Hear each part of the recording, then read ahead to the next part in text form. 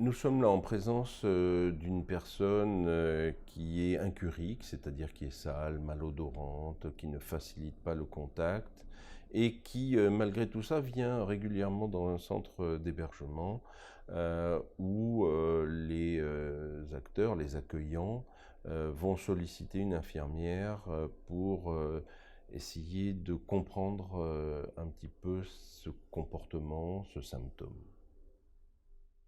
Bonjour madame, Bonjour. je viens vous voir. Je suis infirmière à l'hôpital. L'hôpital?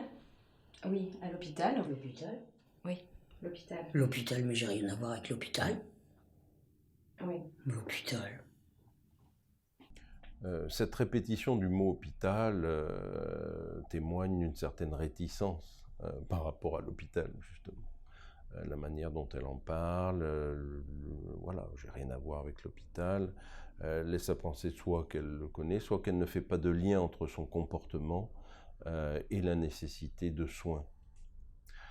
C'est un entretien qui va être assez délicat à mener dans la mesure où on est face à une personne en contact avec un soignant. Et donc, comment va s'orienter cet entretien? Certainement pas en insistant sur cet aspect-là de l'incurie et du lien immédiat entre incurie et hôpital. Peut-être va-t-on trouver d'autres possibilités de lui faire accepter des choses.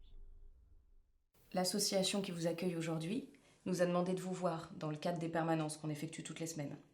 Et donc voilà, aujourd'hui, je suis là. Vous êtes là aussi. Pourquoi? Ils sont pas contents? Ben, ils trouvent que vous avez des difficultés à vous montrer propre. Enfin, en tout cas, à vous présenter de manière qui facilite le contact. Propre. Bah oui, j'habite dans la rue, mais bon. Mais alors, je suis pas folle. Ah non, non, non. J'habite dans la rue, il fait froid. Je suis obligée de mettre des épaisseurs sur des épaisseurs sur des épaisseurs. Bon. Cette personne donne des informations sur son symptôme, voilà, qui est l'incurie, avec des vêtements en couches successives, peu propres, voire très sales. Bon, si on lui propose d'emblée de changer comme ça cette protection, on peut tout à fait imaginer de proposer à une tortue de lui enlever sa carapace. Eh bien, voilà, on est dans quelque chose d'une agression qui sera très mal vécue et qui risque de rompre le lien et de la voir partir ailleurs, continuer son errance. Donc là, probablement l'entretien va s'orienter vers une négociation autour de ce symptôme. Comment cela va se passer? Bien, il faut rester toujours dans cette position empathique, de compréhension et de mise en confiance. Et vous les changez jamais? Et alors, qu'est-ce qu'ils disent? Qu'est-ce qu'ils disent? Bah, ils disent que ça sent mauvais. Que je sens mauvais. Bah oui. Bon, bah, j'irai plus chez eux, c'est tout. Voilà des éléments de négociation. Nous sommes face à une femme qui est incurique, qui commence à être insupportée par une structure. Voilà, et elle dit tout simplement que si elle n'est pas supportée et acceptée telle qu'elle l'est, eh bien, elle partira de ce lieu. Euh, on pourrait dire vulgairement, elle ira se faire voir ailleurs. Euh, et ça n'est pas une solution, puisque ça sera une répétition, et dans l'ailleurs, dans une autre structure, dans un autre centre d'hébergement, elle reproduira la même chose. Donc tout le travail va être de négocier comment conserver ce lien, d'un côté avec elle, et comment la faire accepter par l'institution de l'autre. Ah, c'est dommage. Bah non. Non, ils peuvent bien comprendre quand même, ils s'occupent que des gens dans la rue. Je suis obligée de mettre des épaisseurs sur des épaisseurs sur des épaisseurs sur des épaisseurs. Et non, je peux pas les changer. L'épaisseur du dessous, elle est très très loin de l'épaisseur de la dernière. Et en plus, j'ai mal aux articulations. Toute information est bonne à prendre pour créer du lien et faire une médiation du soin. Là, elle dit qu'elle a mal aux articulations. On pourrait tout à fait embrayer à ce moment-là sur, écoutez, peut-être qu'on pourrait voir un médecin généraliste qui pourrait apaiser ses douleurs, ce qui permettrait de l'examiner, de voir un petit peu s'il n'a pas de maladie cutanée ou autre. C'est une des possibilités. Bon, voilà, mais il y en a d'autres.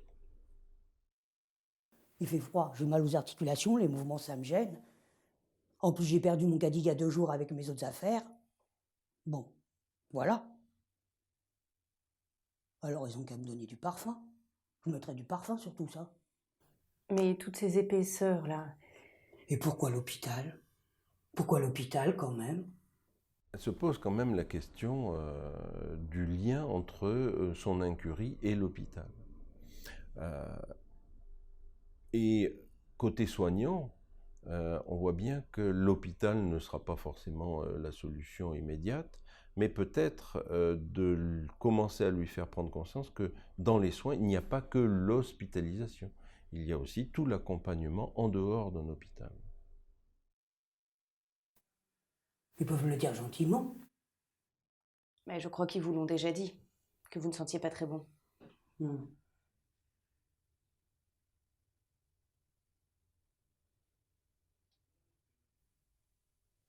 S'ils veulent, moi j'irai plus, hein. C'est pas grave.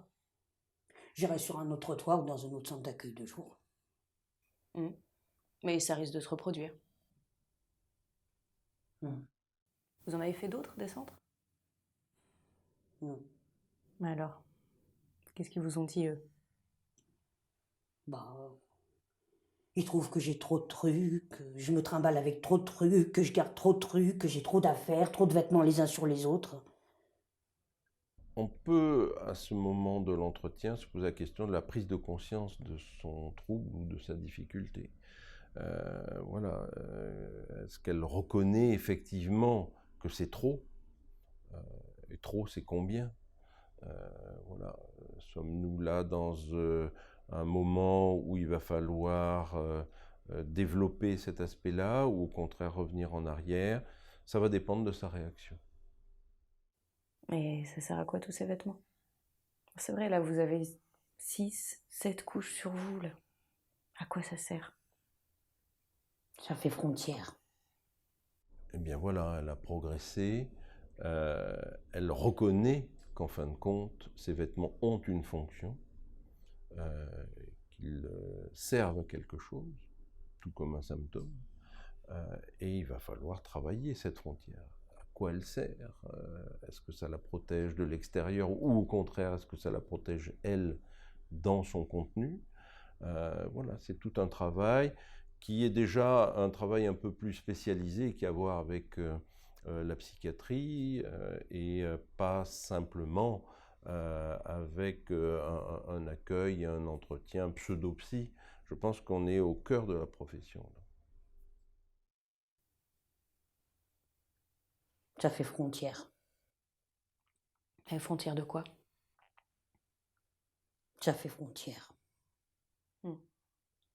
Et il faut surtout pas vous l'enlever, votre frontière. Non. Vous savez, même au poste de frontière, parfois on repeint la barrière. Ou la guitoune. Mais c'est vrai, de temps en temps, je change les vêtements. De temps en temps, mais pas très souvent. De temps en temps, je change les vêtements. J'aime pas non plus, j'aime pas l'eau. J'aime pas l'eau, non, j'aime pas l'eau. Pourquoi vous aimez pas l'eau? J'aime pas l'eau, j'aime pas changer les habits, moi, quand ils sont bien à moi, ils sont bien sur moi, ils sont bien à ma forme, ils sont bien à mon odeur, ils sont bien comme j'aime. Mais apparemment, les autres n'aiment pas. Je vois bien que les autres n'aiment pas, je vois bien. Après, je sens mauvais. Je sais pas. J'ai pas l'impression de sentir mauvais quand même. Puis de là à aller appeler l'hôpital quand même, j'ai rien fait de mal. Arrêtons-nous un instant sur je n'ai rien fait de mal. On voit qu'elle traduit la représentation populaire de l'hôpital. On fait quelque chose de mal, donc on va soit en prison, soit à l'hôpital. Or, l'hôpital n'est pas un lieu de rétention, c'est un lieu de soins. Elle véhicule encore cette représentation, quand même très archaïque, de la psychiatrie. Et pourtant, malgré le travail de déstigmatisation que l'on peut faire, eh bien, cette représentation perdure. Parce que vous pensez qu'on va à l'hôpital quand on fait quelque chose de mal? Bah, quand on peut faire du mal aux autres ou quand on est dangereux pour les autres. Là, oui, il faut aller à l'hôpital, bien sûr. Il faut qu'on vous enferme parce que vous êtes dangereux pour les autres. Mais là, moi, je fais de mal à personne. Vous avez déjà été enfermé? Ou ça, j'aime pas trop, là, ces questions sur le passé. Ah bon, Ou ça. d'accord. Au fil de l'entretien, on avance voilà, sur la connaissance de la personne, et là, peut-être, elle nous dit quelque chose qui est, bon, c'est une limite à ne pas franchir, c'est une frontière, peut-être. Voilà, ne pas aller au-delà de cette limite, elle n'a pas forcément envie d'en parler, c'est peut-être quelque chose qui a été pénible, traumatisant, que sais-je. En tous les cas, forcer son refus serait une erreur. Donc on va respecter cela et probablement revenir un peu en arrière et trouver une autre piste pour maintenir le lien avec elle. Vous préférez l'oublier, le passé, Pas tout le passé, mais mais cette partie-là. j'ai rien à vous dire là-dessus, d'ailleurs. Rien. D'accord. Je suis pas obligée. Ah non, non, non. Bon. Mais alors, qu'est-ce que je peux faire pour vous aider là? Après une mise en confiance de cette personne, on a vu qu'on était arrivé un petit peu à une certaine limite, on revient en arrière et bien c'est le moment de faire des propositions. Qu'est-ce que je peux faire face à cette situation peut-être d'impasse où voilà, si elle ne change pas, si l'institution ne change pas, il y aura peut-être une perte du lien avec elle et c'est surtout ce qu'il ne faut pas entraîner. Ben, déjà, il me faudra un nouveau caddie. Hmm. Parce qu'il y a 2 jours, on m'a piqué le mien, donc il me faudra un nouveau caddie. Elle demande un nouveau caddie à la proposition qui lui est faite de l'aider. Qu'est-ce qu'on peut lui proposer? Cette réponse est assez intéressante parce que d'abord, ça veut dire qu'elle accepte de l'aide sur le fond. Elle accepte de l'aide, donc on va pouvoir travailler avec elle, une réponse éventuelle. Et puis maintenant sur la forme, qu'est-ce qui se cache derrière ce caddie? A-t-elle besoin de quelque chose pour se déplacer? A-t-elle besoin de stocker des affaires? Voilà, il y a des tas d'interprétations à faire, mais bon, c'est dans un second temps. En tous les cas, elle n'est pas refusante. Voilà, et ça, c'est important. Moi, j'aimerais bien quand même peut-être sentir moins mauvais pour que... Je sais pas. Je sais pas. Je veux pas gêner les autres. Je veux pas les gêner, mais je constate que je les gêne, mais je veux pas les gêner. Pourtant, vous les gênez. J'ai compris.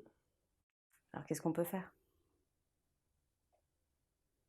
Bah, peut-être que pour commencer, on pourrait se dire qu'il faut se changer plus souvent, plus qu'une fois tous les 2-3 mois. Oui, mais c'est la frontière. C'est dangereux. Elle a une prise de conscience, cette personne, du fait qu'elle gêne. Et en même temps, elle se rend compte que c'est une forme de symptôme, elle le dit. C'est la frontière, c'est dangereux. Qu'est-ce qui est dangereux? Est-ce que c'est dangereux d'aller au-delà de la frontière, d'abaisser les murs de cette frontière? Voilà, travailler autour de ce qu'elle appelle par cette notion de danger. Bon, mais on va progresser très certainement puisque elle n'est toujours pas refusante et elle nous donne des signes de sa souffrance. Vous connaissez un endroit où vous pourriez vous changer et être à l'abri? Depuis que je suis à la rue, j'ai plus d'endroit où je me sens à l'abri. Et ici? Vous vous sentez à l'abri ici, puisque vous venez de temps en temps? Oh, je viens, mais c'est pas pour autant que je me sens à l'abri. C'est mieux, mais je me sens pas vraiment à l'abri, non. Non. Mais parce qu'il y a des endroits où vous vous sentez à l'abri? Où vous pourriez vous changer en étant à l'abri? Aujourd'hui, j'en connais pas. À ce moment-là de la rencontre, cette personne nous tend une perche, c'est-à-dire qu'elle ne connaît pas d'endroit où elle peut se changer en sécurité ou en étant en abri. Bien, voilà, très probablement, il va falloir attraper cette proposition. Ça n'est qu'une proposition, mais on va la tenter et on va dérouler ce projet qui sera peut-être de trouver un lieu où elle se sente bien pour pouvoir se changer. On essaye d'en chercher un ensemble Un endroit où je pourrais être à l'abri. pour vous changez. Mais je peux mettre quand même 10 couches, hein. Oui, mais propre. Enfin, 10. Allez, 6. 7. Mais j'irai pas plus loin. Moi, je reste à 10. 10. Et le vestiaire, à ce moment-là, faut qu'il accepte de me donner les 10 couches, hein. Faut pas qu'il dise que c'est du gâchis, hein. Il me faut les 10 couches, mon caddie, et peut-être on peut chercher un endroit où ça peut se faire. Bah, ça va pas forcément être facile à trouver, mais on peut essayer. Vous êtes d'accord? Bon. Eh ben, on va essayer de commencer à chercher. On peut aller voir l'assistante sociale, Moi, j'ai pas d'idée, hein. mais on va chercher ensemble. D'accord? D'accord. Là encore, c'est une question de négociation. Qu'est-ce qui est acceptable, qu'est-ce qui est inacceptable, hein? Et c'est pas le nombre de pulls qui compte. Et même si on en demandait 10 ou 12 ou 15, c'est pas la question. C'est la négociation est une forme de lien. Et il faut continuer à entretenir cette négociation et montrer que on n'est pas dans une situation de blocage, mais dans une situation d'avancée.